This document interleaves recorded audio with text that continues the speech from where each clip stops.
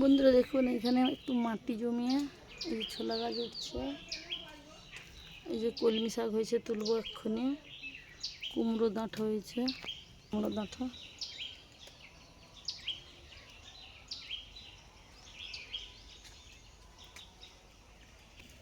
এই যে পুঁই গাছ সব হয়েছে, এই যে পুঁই গাছ সব লতা দিয়ে উঠে গেছে। কত বড় পুঁই গাছ জবা গাছের মধ্যে হয়েছে দেখুন। আর একটা উচ্ছের সাইজ দেখুন, ওই যে ভেতরে সব হয়ে আছে, ওই যে হয়ে আছে ভেতরে। ওই যে দেখুন কত বড় বড় সব উচ্ছে হয়ে আছে।